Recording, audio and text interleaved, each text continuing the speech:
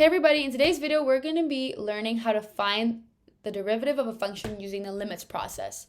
Just to recap from our previous video, the derivative, aka, is the slope of the tangent line, which is equivalent to the limit of our difference quotient, aka our fancy slope, as h approaches 0, which is what we covered in our introduction to derivatives video.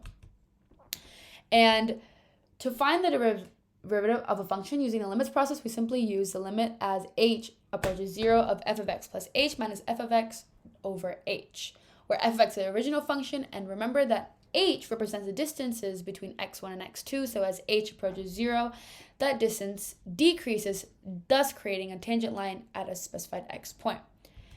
And this limits gives us the equation of the derivative of a function. Now, to find the slope of f of x at a specific x value, we have to plug in that x value into our derivative function in order to find the slope of the tangent line.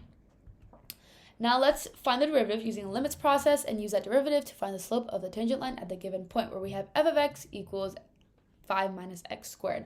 Now we just simply plug in our f of x into the equation we just covered earlier, where the limit as h approaches 0 is f of x plus h, which is 5 minus x plus h squared, minus f of x all over h. We can simply distribute and see that those terms cancel out because they add up to become 0. And then we have the following, and we can just divide the whole thing by h by just canceling out all those h's.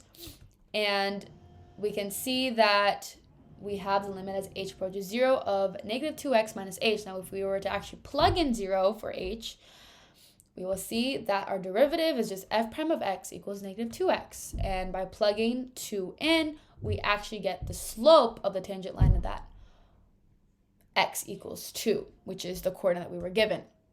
So the slope of the tangent line at 2, 1 is negative 4. So the derivative at 2, 1 is negative 4.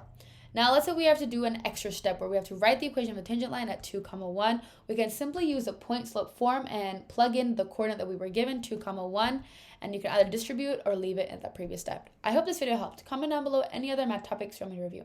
Thank you. And as a last note, we plug in negative 4 for m because that is the slope at x equals 2. All right, bye.